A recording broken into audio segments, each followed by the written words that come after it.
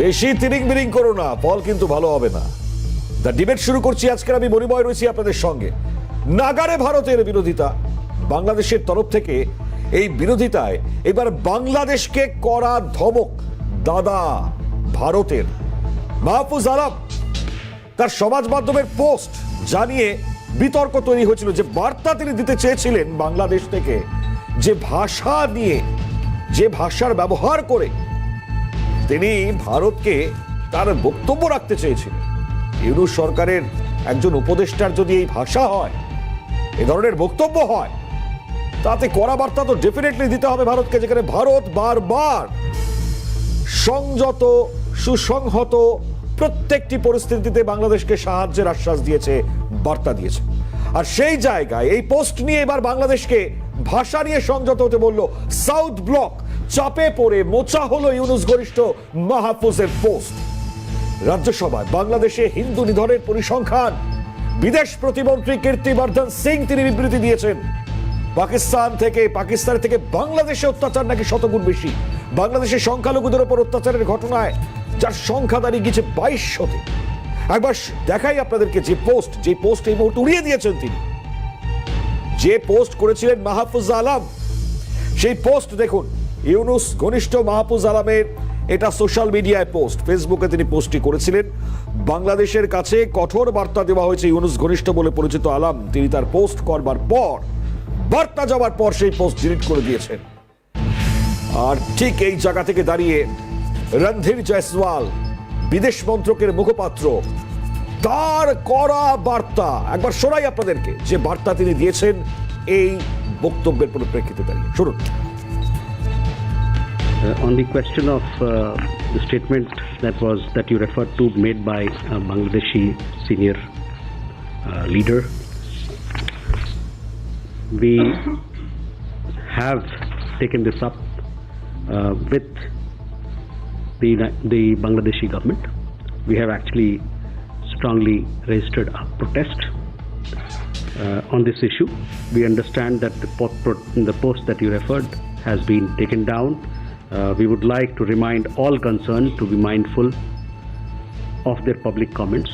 While India has repeatedly signaled interest in fostering relations with the people and the interim government of Bangladesh, such comments underline the need for responsibility in public articulation. And once again to repeat that we have strongly protested against this with the Bangladesh government.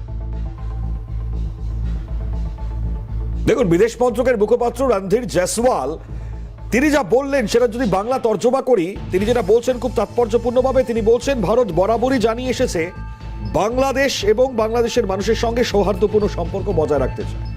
এবং তিনি বলছেন কিন্তু সে সম্পর্ক বাংলাদেশের তরফ থেকে বজায় রাখার জন্য তাদের লক্ষ্য রাখতে হবে যে সেখানকার নেতারা প্রকাশ্যে কি মন্তব্য করছেন। এই বার্তা তিনি প্রথমে দিলেন এবং তার পরবর্তীতে জয়সওয়াল আরো বলছেন যে ভারতের তরফে সচিব পর্যায়ের বৈঠকে নিজেদের অবস্থান জানানো হয়েছে। ভারত গণতান্ত্রিক, শান্তিপূর্ণ, স্থিতিশীল বাংলাদেশের পক্ষে এবং ঠিক এই জায়গায় দুপক্ষের যৌথ বিশ্বাস বজায় রাখার জন্য কাজ করে যাওয়া হবে বলেও তিনি জানিয়েছেন, যেমনটা শোনাচ্ছিলাম।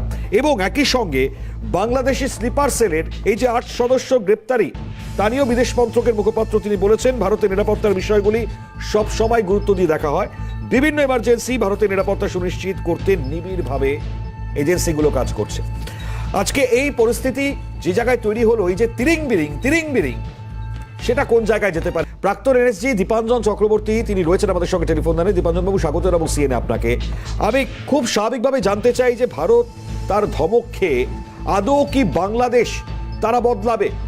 রণধীর জয়সওয়াল যে ভাষায় বলেছেন এর পরবর্তীতে একেবারে স্পষ্ট করা বার্তা আবারও দিয়েছেন, তারপরেও কি শোধরাবে বাংলাদেশ? দেখুন, ব্যাপারটা হচ্ছে এত সহজে তো শোধরাবে না, কারণ আমরা সামগ্রিকভাবে বাংলাদেশ বলছি, কিন্তু বাংলাদেশটা তো আর ওই সোকল অবৈধ অসাংবিধানিক অন্তর্বর্তী সরকার ইউনূস চালাচ্ছে না। এখন বাংলাদেশটা চালাচ্ছে আল কায়েদা এবং দেশ ইসলামিক স্টেট। তো এরা এত সহজে শোধরাবে না, এটা কোনো সন্দেহ নেই। কিন্তু এই অন্তর্বর্তী সরকারের যে লোকজন, তারা এই মাহফুজ আলম বলুন বা ইউনূস বলুন, নজরুল আসিফ বলুন বা বাকি যে সমস্ত নাম আছে, তারা একটা জিনিস বুঝতে পারছে যে বাংলাদেশ গভীর জলের মধ্যে পড়ে গেছে। চীন ধীরে ধীরে হাত উঠিয়ে নিচ্ছে, মায়ানমার নিয়ে চীন সমস্যায় রয়েছে। দেখলেন যে রিসেন্টলি ভারতের রাষ্ট্রীয় সুরক্ষা উপদেষ্টা অজিত দোভালকে মিটিং করলেন। কার সঙ্গে মিটিং করলেন এটা তো কূটনৈতিক ভাবে খুব সুস্পষ্ট একটা বার্তা দেয়। আচ্ছা। ইন্টারন্যাশনাল পলিটিক্স বা কূটনীতিতে প্রোটোকলটা খুব ইম্পর্টেন্ট। সেখানে ভারতের একজন সিকিউরিটি অ্যাডভাইজার যাচ্ছেন আর চীনের বিদেশ মন্ত্রী ভাইস প্রেসিডেন্ট মিটিং করছেন। চীনের কোনো উপদেষ্টা কিন্তু নয়, সরাসরি সর্বোচ্চ ভাইস প্রেসিডেন্ট এবং বিদেশ মন্ত্রী। এই বার্তাগুলো কিন্তু বাংলাদেশ পরিষ্কার বুঝতে পারছে দেওয়ালের লেখন কি। এই মাহফুজ আলম যে পোস্ট মুখিয়ে দিচ্ছে এরা এখন সমস্যায় পড়ে গেছে, কিন্তু এখন এদের কন্ট্রোলে নেই। এদের এখন কন্ট্রোল করছে আল কায়েদা, আইসিস। তারা এত সহজে শুধরাবে না। তো সামগ্রিকভাবে বাংলাদেশের পরিস্থিতি এই মুহূর্তে যে খুব চেঞ্জ হবে আমার মনে হয় না। আরো কিছুদিন যাক। আর ভারত যেটা করছে সঠিক করছে।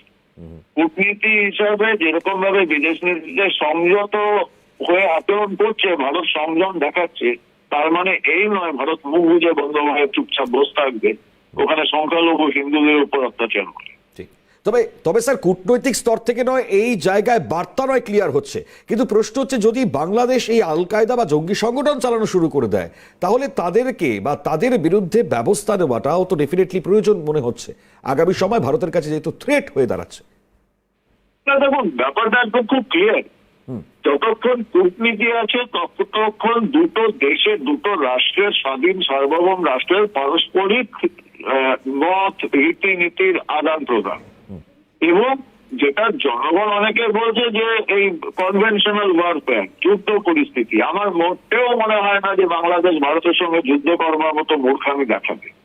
যেটা চিন্তার সেটা হচ্ছে যেটা আপনি বললেন, আল কায়দা বা আইসিস, দায়েশের যেটা সন্ত্রাসবাদ বা প্রক্সি ওয়ার, ছায়াযুদ্ধ, পাকিস্তান অনেকদিন চালিয়েছে, এখনো চালাচ্ছে। কিন্তু এখন পাকিস্তান বুঝেছে যদি ভারতবর্ষের মাটিতে ওরা উড়ি, পাঠানকোট বা পুলওয়ামা করে তার পরিণতি কি হবে। তার পরিণতি কিন্তু সার্জিক্যাল স্ট্রাইক এবং বালাকোট হয়েছে, এবং বাংলাদেশও জানে। এবং এখনো যদি না শুধরায়, ভারতের উপর যদি কোথাও কোন রকম ভাবে আক্রমণ করা, মানে এরা দূর দূর অব্দি চিন্তা করে দেখে, বাংলাদেশের যেখান থেকে এই আক্রমণ হবে সেই লঞ্চ প্যাড আমরা গুড়িয়ে দেব, এবং এতে কোনো সন্দেহ নেই। ঠিক, অত্যন্ত গুরুত্বপূর্ণ। অসংখ্য ধন্যবাদ জানাবো স্যার আপনাকে। প্রাক্তন এনএসজি এবং র আধিকারিক দীপাঞ্জন চক্রবর্তী তার একেবারে স্পষ্ট ভাষায় এই ব্যাখ্যার জায়গাটা শুনলাম।